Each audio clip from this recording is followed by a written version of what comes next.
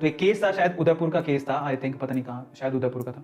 Case बताता हूँ क्या हुआ है। सो 3-4 लड़कियां, उनकी मम्मी की तबीयत खराब हो गई थी, और कोरोना स्पेशली पकड़ रहा है, एज लोगों को पकड़ रहा है, और इन्फेंट जो हमारे बच्चे हैं वो सुरक्षित नहीं है। जो हम लोग हैं मिडिल, वो थोड़े से सुरक्षित है, हमारी इम्यूनिटी पावर डेवलप हो चुकी है, लेकिन धीरे धीरे जैसे जैसे एज जाती है इम्यूनिटी पावर गिरने लगती है, और बच्चों की भी नहीं होती। सो उनकी मम्मी बीमार पड़ गई, 3-4 लड़कियां थी, उनकी मम्मी बीमार पड़ गई, उनको हॉस्पिटल में डाला। हॉस्पिटल वालों ने पहले तो चेकअप किया, चेकअप करने के बाद बताया कि भैया आपकी मम्मी को कोरोना है, कोरोना पॉजिटिव है, आप जाओ, आप वैक्सीन खरीद के लेके आओ। तो वैक्सीन इतनी आसानी से अवेलेबल नहीं थी, उन्होंने बोला 7 डोज लगेंगी, ऐसे सुनने में आया। फिर 7 डोज, उन्होंने 1 लाख रुपए की 7 डोज खरीदी है, सो रेमडेसिविर। सो 7 डोज 1 लाख रुपए में खरीदी, और लाके भी दी, बोले कि लगाओ, समझ लो, बाहर से खरीदी, लाके दी, बोले लगाओ।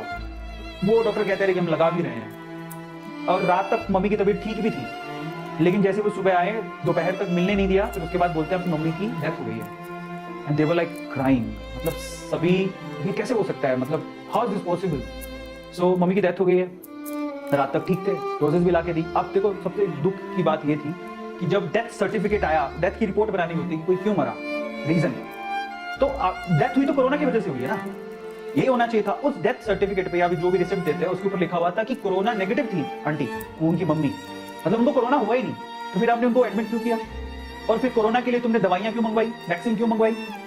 और उन्होंने फिर वहां पर वो हॉस्पिटल के सामने बैठ गए, बहुत ज्यादा हल्ला हुआ इस चीज पे। तो बड़ा दुख की बात है कि ऐसी सिचुएशन में जहाँ पे लोग मर रहे हैं, लोगों को आपकी हेल्प की जरूरत है, वहां पे हम लोग फायदा उठा रहे हैं, वेरी बैड। तो बहुत दुख की बात है।